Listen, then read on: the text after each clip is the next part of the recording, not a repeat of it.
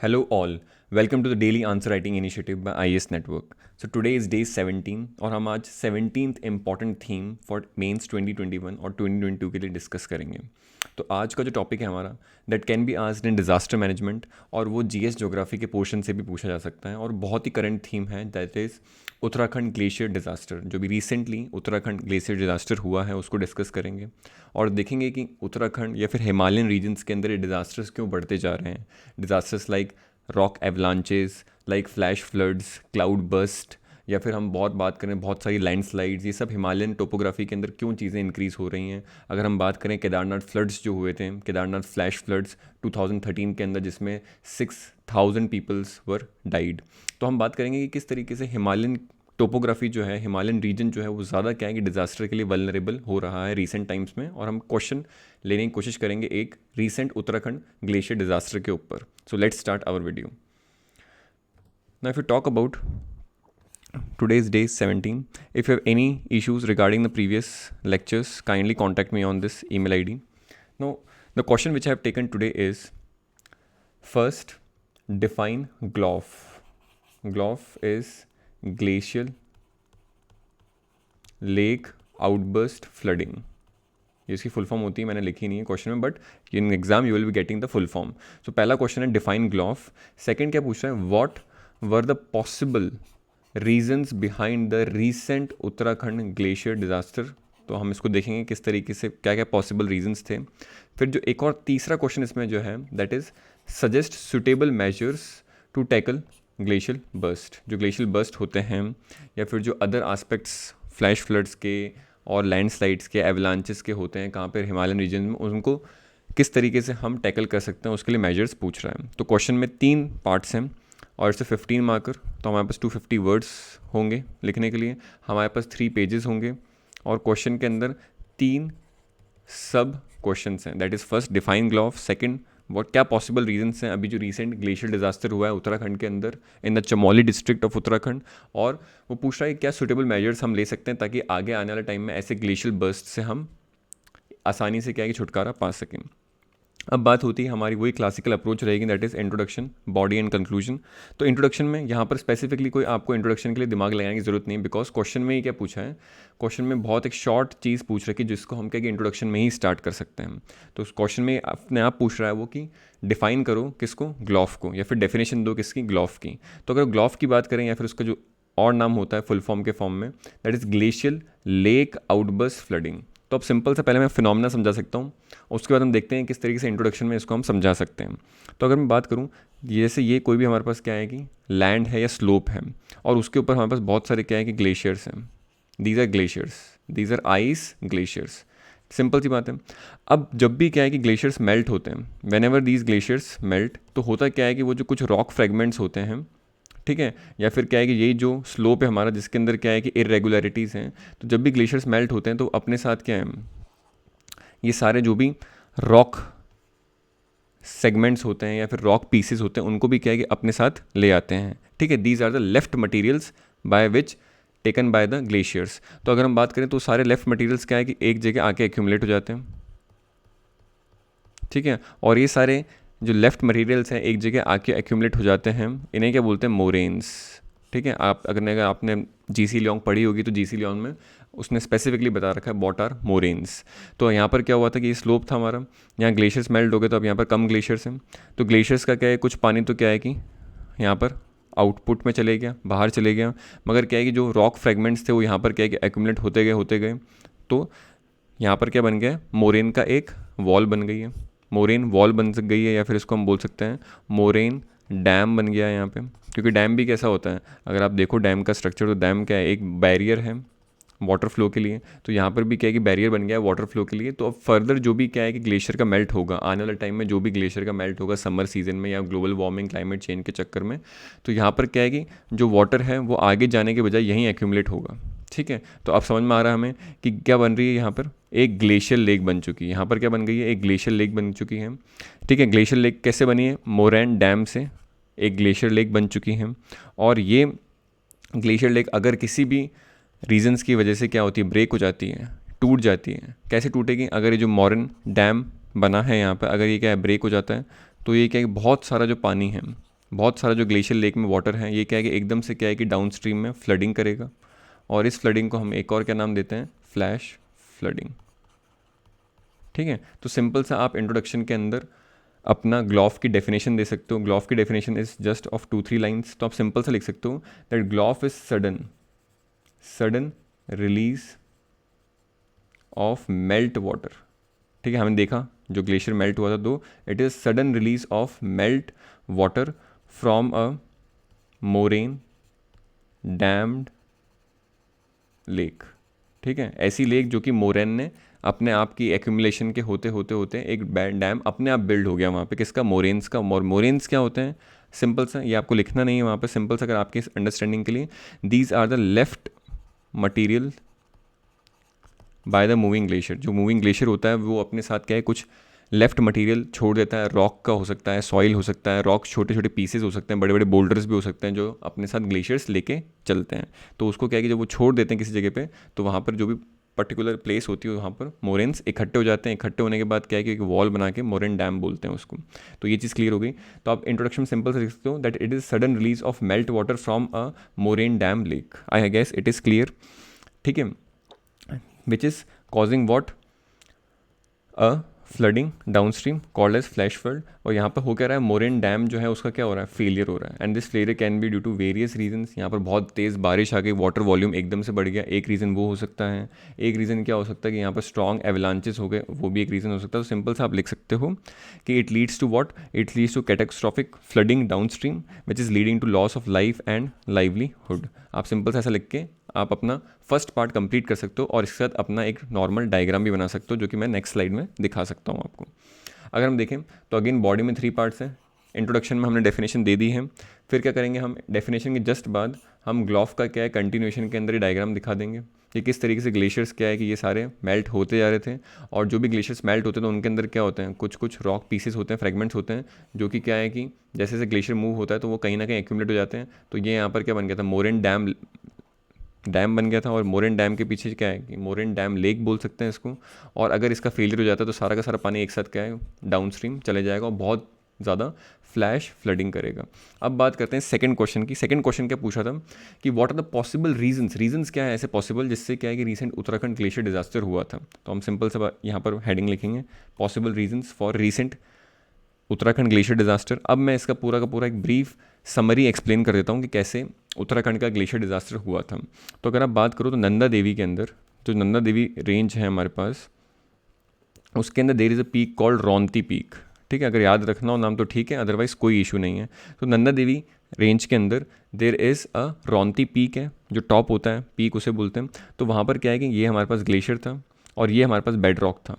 Of course bed rock होगी, उसी के ऊपर क्या है, ग्लेशियर होगा। ग्लेशियर तो ऐसा नहीं है कि किसी और चीज़ के ऊपर होगा, तो एक पीछे रॉक स्ट्रक्चर होगा, उसी के ऊपर ग्लेशियर होगा। तो हुआ क्या, ये जो हैंगिंग ग्लेशियर था इस बेड रॉक के ऊपर, ये एकदम से क्या हुआ, ब्रेक हुआ। एक पर्टिकुलर डेट पे ये ब्रेक हुआ, और ब्रेक होने के बाद क्या इसने ट्रिगर किया, क्या, एवलांचे। एवलांचे क्या होता है, that is sudden downward movement of rock plus snow, या फिर सिर्फ रॉक और स्नो का भी हो सकता है। तो उसे क्या बोलते हैं, एवलांचे बोलते हैं। तो जैसे ही क्या है कि हैंगिंग ग्लेशियर इस बेड रॉक के ऊपर था, तो जैसे ही क्या है कि ये यहाँ से टूटा, ये ब्रेक हुआ, यहाँ से ग्लेशियर ब्रेक हुआ। जो फर्स्ट स्टेप क्या था हमारे वहाँ पर, फर्स्ट स्टेप क्या था, ग्लेशियर ब्रेक हुआ यहाँ पे, प्लस बेड रॉक भी क्या है कि यहाँ पर थोड़ा सा ब्रेक हुआ, और ब्रेक होने के बाद इन्होंने एवलांचे ट्रिगर किया। एवलांचे ट्रिगर करने के बाद यहाँ पर क्या है, जो ऋषि गंगा स्ट्रीम थी नीचे, वहाँ पर क्या है कि बहुत तेज़ से क्या है कि वहाँ पर वॉल्यूम इंक्रीज़ हो गया वाटर का। ऑफकोर्स सी बात है, जब ग्लेशियर मेल्ट होकर क्या है कि ब्रेक करेगा और बहुत सारा क्या है कि उसमें सेडिमेंट लोड भी इंक्रीज़ हो जाएगा, तो यहाँ पर क्या है कि बहुत ज़्यादा वॉल्यूम बढ़ा, और ये वॉल्यूम के चक्कर में क्या हुआ, हमारे पास फ्लैश फ्लडिंग देखी गई नीचे की तरफ। एट द सेम टाइम कुछ टाइम के लिए यहाँ पर क्या है कि एक आर्टिफिशियल लेक भी बन गई थी। क्यों, क्योंकि बहुत सारा सेडिमेंट आ रहा है, तो सेडिमेंट यहाँ इकट्ठा होता गया, और फिर जो लेटर वाटर यहाँ पर आया तो उसने क्या बना दी, आर्टिफिशियल लेक बना दी। तो हमारा कौन सा सिस्टम बन गया यहाँ पर, अगेन ग्लॉफ वाला सिस्टम बन गया था। और फिर ये क्या है कि आर्टिफिशियल लेक भी क्या है कि थोड़े टाइम बाद कोलैप्स हो गई, और कोलैप्स होने के बाद क्या है कि और ज़्यादा फ्लैश फ्लडिंग हुई नीचे। और फ्लैश फ्लडिंग होने के बाद क्या है, जो हमारे यहाँ पर Rishi Ganga hydro electric project था, किसके ऊपर, ऋषि गंगा रिवर के ऊपर, वो क्या हो गया, डिस्ट्रॉय हो गया। एट द सेम टाइम बाद में क्या है कि ऋषि गंगा जाके किस में मिल गई, धौली गंगा में। और धौली गंगा के अंदर भी वहाँ पर बहुत ज़्यादा फ्लैश फ्लडिंग हुई, और जहाँ पर धौली गंगा पे क्या है कि Tapovan Vishnugarh hydro electric project था, वो भी क्या हो गया, डिस्ट्रॉय हो गया। तो 2 हाइड्रो इलेक्ट्रिक प्रोजेक्ट्स, एक ऋषिगंगा और एक तपोवन विष्णुगढ़ हाइड्रो प्रोजेक्ट, दोनों ही क्या हो गए, डिस्ट्रॉय हो गए। तो एक ये सिंपल सा आप क्या कर सकते हो, मैंने तो बहुत डिटेल में आपको बता दिया है यहाँ पे, बट आप क्या कर सकते हो, इसका एक सिंपल सा डायग्राम जो पार्ट 2 के अंदर क्या है कि दिखा सकते हो एग्जामिनर को, ताकि एग्जामिनर को पता लगे कि आपको रीसेंट उत्तराखंड फ्लैश फ्लड या फिर ग्लेशियर डिज़ास्टर पता है कि कैसे कैसे हुआ था। और इसको आप और चीज़ देख के भी इसकी जो इंपॉर्टेंट माइन्यूट डिटेल्स है अगर आपको पता करनी हो तो you can actually think of it. अगर हम बात करें तो क्या क्या पॉसिबल रीजंस हैं, तो पहला पॉसिबल रीज़न क्या था कि जो ग्लेशियर था उसका क्या हो गया, ब्रेक ऑफ हो गया। ग्लेशियर क्या है कि टूट गया वहाँ से। अब ग्लेशियर क्यों टूटा, it can be due to the weathered bedrock. हो सकता है कि क्या है कि ये यहाँ पर क्या है कि बेड रॉक था और इसके ऊपर जो ग्लेशियर था, तो दोनों ही टूट गए हों। तो दोनों कैसे टूटे होंगे कि जो बेड रॉक था हमारा उसकी क्या हो गई, वेदरिंग हो गई हो। अब वेदरिंग का मतलब क्या होता है कि किसी भी बड़े रॉक का क्या है कि छोटे छोटे रॉक्स के अंदर क्या है कि डिसइंटीग्रेशन होना है, वेदरिंग बोलते हैं। और फिजिकल वेदरिंग आपने जीसी लिया होंगे, बहुत अच्छे से पढ़ी होगी। तो सिंपल सी बात है, ये वेदरिंग किस तरीके से हो सकती है, मान लो यहाँ पर फिजिकल वेदरिंग हो गई हो। अब फिजिकल वेदरिंग किस तरीके से हो सकती है, मान लो ये कोई रॉक है उसमें क्रैक है, और क्रैक के अंदर क्या है कि यहाँ पर वाटर गया समर के अंदर, और विंटर के अंदर क्या है कि वाटर फ्रीज़ हो गया। ठीक है, फ्रीज़ होने के बाद क्या होता है, वाटर की टेंडेंसी होती है कि जब वाटर लिक्विड से सॉलिड में कन्वर्ट होता है तो वो उसका वॉल्यूम 9% इंक्रीज़ हो जाता है। तो इसका वॉल्यूम इंक्रीज़ होगा तो क्या है कि ये यहाँ पर प्रेशर देगा, और इसके चक्कर में क्या है कि बेड रॉक वीक हो गया था, वेदर्ड हो गया था, इसलिए क्या है कि वो ब्रेक ऑफ हो गया। एट द सेम टाइम एक ये भी रीज़न हो सकता है कि जो ग्लेशियर लोड है वो क्या हो, इंक्रीज़ हो गया हो। अभी ग्लेशियर लोड कैसे इंक्रीज़ होगा, ग्लेशियर लोड हो सकता है कि वहाँ पर ज़्यादा स्नोफॉल हो गई हो। ठीक है, इसलिए क्या है ग्लेशियर लोड इंक्रीज़ हो गया हो, वहाँ पर ज़्यादा रेनफॉल हो गई हो, इसलिए क्या है ग्लेशियर लोड इंक्रीज़ हो गया हो। और उसने क्या है कि वीक बेड रॉक पे क्या है कि और प्रेशर डाला और वो दोनों टूट गए। एट द सेम टाइम एक और चीज़ हो सकती है कि क्लाइमेट चेंज और ग्लोबल वार्मिंग की वजह से क्या है कि हम हाई टेम्परेचर्स देख रहे हैं। तो हाई टेम्परेचर के कारण क्या होगा कि अर्लियर क्या है कि ये तो आपका बेड रॉक था इस कलर में, और यहाँ ऊपर क्या था, ग्लेशियर्स थे। अब क्या हो रहा है कि टेम्परेचर इंक्रीज़ करने के कारण क्या ग्लेशियर्स मेल्ट कर रहे हैं, तो ग्लेशियर्स मेल्ट करके उनका जो पानी है वो यहाँ पर क्या है कि इकट्ठा हो जा रहा है, किसके बीच में, ग्लेशियर्स और बेड रॉक के बीच में। और ये इकट्ठा होने के बाद क्या कर रहा है, एक स्लिपरी स्लोप बना दे रहा है, स्लिपरी स्लोप बना दे रहा है, जिसके ऊपर क्या है ग्लेशियर ईजिली क्या है कि स्लाइड कर सकता है, जिसके ऊपर ग्लेशियर क्या है कि ईजिली आगे की तरफ मूव कर सकता है। तो ये सारे रीज़न रहे थे किसके, ग्लेशियर ब्रेक ऑफ के। ग्लेशियर ब्रेक ऑफ जैसे ही हुआ हमारा सेकंड चीज़ क्या हो गई, एवलांचे ट्रिगर हो गया। एवलांचे का मैंने बता ही दिया, सडन डाउमिनेंट मूवमेंट ऑफ रॉक। ठीक है, इस कॉल्ड एज एवलांचे। तो बोथ रॉक और स्नो का एवलांचे हुआ, और वो कहाँ पर गिरा एवलांचे, सारा ऋषिगंगा रिवर के अंदर, जहाँ पर उसने वॉल्यूम इंक्रीज़ कर दिया। कुछ टाइम के लिए वहाँ पर एक आर्टिफिशियल लेक भी बनी जिसको हमने देखा था, जिसको ग्लॉफ भी बोल सकते हैं। और इन दोनों चीज़ों ने क्या ट्रिगर किया, a huge flash flood down the stream. और फ्लैश फ्लड का मतलब क्या है कि sudden surge in water level. तो ये सारे पॉसिबल रीजन है विच यू कैन राइट। आप सिंपल सा अदर भी लिख सकते हो, अदर करके आप एक पैराग्राफ के अंदर अदर रीजंस भी सिंपल से बता सकते हो। उसमें बता सकते हो कि हिमालयंस क्या है, यंग फोल्ड माउंटेन्स हैं, and therefore they are tectonically active. और टेक्टोनिकली एक्टिव होंगे तो वहाँ पर क्या है कि अर्थक्वेक्स और इन सब का क्या चांस ज़्यादा रहेगा। हमें पता है हिमालयंस क्या है, अर्थक्वेक सीस्मिक जोन 5 में आते हैं, तो हम वो भी बता सकते हैं। फिर यहाँ पर क्या है कि हिमालयंस क्या है कि हाइट टाइम की ज़्यादा, तो यहाँ पर क्या है कि स्टीप स्लोप्स मिलते हैं, और स्टीप स्लोप्स पर अगर कुछ भी क्या है कि हल्का फुल्का भी क्या है कि रेनफॉल या स्नोफॉल ज़्यादा हो जाती है, तो क्या है कि एवलांचेस बहुत इजीली देखने को मिलते हैं। फिर दूसरा अगर हम बात करें तो मैसिव डिफॉरेस्टेशन हो रखा है यहाँ पर। ये किसने किया है, ह्यूमंस ने किया है, क्योंकि डैम एक्टिविटीज़, इंफ्रास्ट्रक्चर एक्टिविटीज़ के लिए डिफॉरेस्टेशन किया है। अब डिफॉरेस्टेशन के चक्कर में क्या होता है कि आपका जब भी रेनफॉल होती है तो रेनफॉल क्या है कि ट्रीज़ तो है नहीं, तो ट्रीज़ नहीं है तो इन्फिल्ट्रेशन तो कम होता है वाटर का, और रन ऑफ ज़्यादा होता है। और रन ऑफ ज़्यादा होता है तो क्या है, ज़्यादा ट्रिगर होती है लैंडस्लाइड्स, एवलांचेस। ये भी चीज़ बता सकते हैं। दूसरा, डैम बनाने के लिए क्या है कि sometimes we use what, explosive. ठीक है, वहाँ पर क्या है कि जगह को क्लियर करने के लिए एक्सप्लोजिव यूज़ करते हैं, तो वो भी क्या है कि वहाँ की जो पूरी की पूरी क्या है स्लोप है उसको क्या कर सकते हैं, डीस्टेबलाइज कर सकते हैं। तो अदर रीजंस भी आप क्या है कि यहाँ पर एक पैराग्राफ में 3-4 लाइन्स में लिख सकते हो। फिर जो हमारा थर्ड क्वेश्चन था कि सुटेबल मेजर्स सजेस्ट करने में, तो सुटेबल मेजर्स की अगर बात करूँ तो एनडीएमए के अपने आप पे गाइडलाइंस हैं। ठीक है, for these glacier disasters and glacial burst and GLOF. तो एनडीएमए गाइडलाइंस ही क्या है बन जाएंगे, हमारे सुटेबल मेजर्स बन जाएंगे। तो उन्होंने सबसे पहले क्या बोला एनडीएमए ने कि सबसे पहले आइडेंटिफाई करो कि कौन कौन सी पोटेंशियली डेंजरस लेक्स हैं। ठीक है, और ये लेक्स कौन सी हो जाएंगी, ग्लेशियल लेक्स। ठीक है, तो हमें पता है क्लाइमेट चेंज और ग्लोबल वार्मिंग के कारण क्या है कि बहुत सारी हिमालयस के अंदर क्या है ग्लेशियर लेक्स बन रही हैं।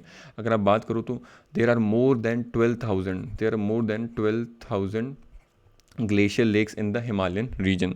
तो अगर क्या है कि हमें पहले उनके अंदर से क्या है कि जो भी इतनी सारी ग्लेशियर लेक्स हैं और जो इंक्रीज़ होती जा रही हैं क्लाइमेट चेंज ग्लोबल वार्मिंग की वजह से, जो ग्लेशियर का मेल्ट हो रहा है, तो उनको सबसे पहले इंपॉर्टेंट चीज़ क्या है कि उनको आइडेंटिफाई करना is the most important thing. सबसे पहले आइडेंटिफाई करो। फिर उसके बाद क्या है कि आइडेंटिफिकेशन के लिए हम क्या यूज़ कर सकते हैं, टेक्नोलॉजी का यूज़ कर सकते हैं। एग्जांपल क्या हो गया, सिंथेटिक एपरेचर रडार इमेजरी से यूज़ कर सकते हैं, सैटेलाइट इमेजरी से यूज़ कर सकते हैं, जिससे हम क्या है कि डिटेक्ट कर पाएँ ऑटोमेटिकली कि क्या चेंजेस हो रहे हैं वाटर बॉडी में, इनका क्या है वाटर लेवल जो है या फिर वॉल्यूम जो है वाटर का, वो इनमें क्या है इंक्रीज़ हो रहा है या डिक्रीज़ हो रहा है, किससे, यूज़ ऑफ टेक्नोलॉजी से, ताकि क्या है कि हम रिमोटली बैठे बैठे भी क्या है कि मॉनिटरिंग कर पाए लेक्स की। और अब जब हमें पता लगे कि यार ये बहुत डेंजर लेवल से क्या है कि और हाई जा रहा है इसमें वाटर लेवल, तो हम क्या है कि प्रोएक्टिव स्टेप्स ले सकें जिससे पहले कि डिज़ास्टर एक्चुअली में हो। फिर हम थर्ड बात करें तो जो भी पोटेंशियल लेक्स हैं जो कि डेंजरस है, जहाँ पर क्या है कि फ्लडिंग हो सकती है, उनके अंदर क्या है कि हमें चैनलाइजिंग करनी चाहिए। एग्जांपल क्या हो गया, जैसे यहाँ पर क्या है कि आपका मोरेन्स इकट्ठे हो गए थे और यहाँ पर क्या हो गया था, लेक बन गई थी आपकी। तो अगर हम क्या करेंगे, यहाँ पर अगर वाटर लेवल हाई हो रहा है तो हम क्या करेंगे, यहाँ पर से एक छोटा सा क्या है कि चैनल निकाल के जो भी एक्स्ट्रा वाटर है, एक्सेस वाटर है, उसको क्या है कि साइड में एक चैनल के थ्रू बाहर निकाल देंगे। तो थोड़ा थोड़ा वाटर क्या है कि बाहर आता रहेगा, तो इट विल नॉट पुश और it will not give more impact on the moraine dam. तो वो क्या है कि चीज़ बचती रहेगी। तो हमको क्या है कि चैनलिंग करनी पड़ेगी वाटर की, जहाँ पर क्या है कि वाटर एक्सेस हो गया है इन ग्लेशियल लेक्स के अंदर। देन हमें क्या है कि यूनिफॉर्म कोड्स बनाने पड़ेंगे for construction infrastructure development activities in these vulnerable zones in the Himalayan ecological fragile ecology ecosystem. उसके अंदर हमें एक यूनिफॉर्म कोड बनाना चाहिए, ताकि क्या है कि कोई भी प्राइवेट प्लेयर, कोई भी क्या है कि प्रोजेक्ट लेके आए तो वो क्या है कि अपनी मर्जी से डिफॉरेस्टेशन, अपनी मर्जी से लैंड यूज़ को क्या है कि चेंज ना कर पाए। देन हमें क्या है कि एनहांस करना पड़ेगा अर्ली वार्निंग सिस्टम्स को। अभी हम बात करें तो इंडिया में ग्लेशियल लेक्स के लिए, ग्लॉफ के लिए कोई क्या है कि अर्ली वार्निंग सिस्टम नहीं है। हमने लैंडस्लाइड्स के लिए बना दिया है, बट अभी भी क्या है कि ग्लेशियल लेक्स के लिए अभी हमारे पास कोई अर्ली वार्निंग सिस्टम नहीं है जिसको हम ईजिली डिप्लॉय कर सकें और हम प्रोएक्टिवली क्या है कि डिज़ास्टर को फेस कर सकें। थर्ड बात करें तो ट्रेनिंग लोकल मैन पावर। अब सीधी सी बात है कि हर बार क्या है कि हम स्पेशलाइज फोर्सेज जो हैं लाइक NDRF, ITBP, ठीक है, इनको बुला के और क्या है कि डिज़ास्टर के अंदर हम हेल्प लेते हैं। But at the same time अगर हमारे पास क्या है कि ट्रेन लोकल मैन पावर रहेगी तो क्या है कि बहुत ज़्यादा हमें एफिशिएंसी रहेगी। किसको, डिज़ास्टर अगर हो जाता है तो उसके अंदर हमें लोगों की दिक्कतों को सॉल्व करने में बहुत ज़्यादा एफिशिएंसी मिलेगी। और ये भी ऑब्जर्व किया गया है कि मोर देन 80% जो भी रिसर्च और रेस्क्यू ऑपरेशन होता है, जब भी क्या है कि डिज़ास्टर होता है तो इमीडिएटली क्या है कि 80% रेस्क्यू क्या है कि शुरुआत के टाइम में क्या है लोकल कम्युनिटीज़ ही करती हैं। तो इसलिए लोकल कम्युनिटीज़ का, लोकल टीम्स का क्या है कि प्लानिंग के अंदर होना बहुत ही ज़्यादा इंपॉर्टेंट है। इसलिए ऐसे वल्नरेबल जोन्स लाइक हिमालयाज़ हो गया या वेस्टर्न घाट्स, ईस्टर्न घाट्स हो गए, वहाँ पर क्या है कि लोकल मैन पावर को ट्रेन करना चाहिए for issues of such disasters. फिर हमें क्या है कि कॉम्प्रहेंसिव अलार्म सिस्टम को बनाना चाहिए, जिसके अंदर क्या है कि सिर्फ अर्ली वार्निंग सिस्टम नहीं, एट द सेम टाइम उसमें बहुत सारे सायरन्स और हम क्या है कि अदर क्या है कि मीन्स ऑफ ट्रांसपोर्टेशन से क्या है कि कम्युनिकेशन को फटाफट फैला पाएँ। तो ये सारे क्या है कि पॉइंट्स हैं। फिर लास्ट में आता है कंक्लूजन। तो कंक्लूजन में यू कैन सिंपली राइट, अगर कंक्लूजन की बात करें तो कंक्लूजन में यू कैन सिंपली राइट कि अभी रिसेंटली क्या है कि 2019 में, ठीक है, बहुत ज़्यादा न्यूज़ में रही थी ये हिंदू कुश हिमालयन रिपोर्ट। इसका नाम है रिपोर्ट का, that is Hindu Kush Himalayan report.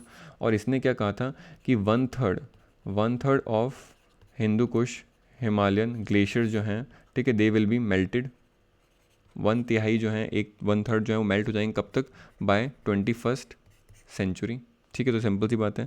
And therefore it is of high time that we need to preserve what these highly ecologically fragile, ठीक है, कैसा है हिमालयन इकोसिस्टम, इकोलॉजिकली क्या है, फ्रेजाइल इकोसिस्टम है। तो उसको क्या है कि प्रिजर्व करना is of high importance and is of the high need of the hour. So this was a brief discussion regarding Uttarakhand glacier disaster. GLOF क्या होता है उसको हमने देखा, उत्तराखंड ग्लेशियर डिज़ास्टर के क्या करंट रीजंस थे उसको हमने देखा, और एट द सेम टाइम क्या NDMA गाइडलाइंस हैं for these glacial burst, for these glacial lakes, for these GLOF, that is glacial lake outburst flooding. तो बताओ कैसा लगा video. I hope I had given you a insight regarding the Uttarakhand glacier disaster. ऐसा particular insight इतना particular way में कहीं भी available नहीं है। So kindly appreciate the work, kindly give a like, share it with your friends and comment what all topics we can take next. So we will be covering around 80 to 90 themes for this particular session for 2021 mains and 2022 also, and we will see कि बहुत सारे questions क्या है हमारे इस वाले series के अंदर से आएंगे और हम क्या है कि उसके लिए बेटर प्रिपेयर होंगे before hand. So thank you and have a nice day.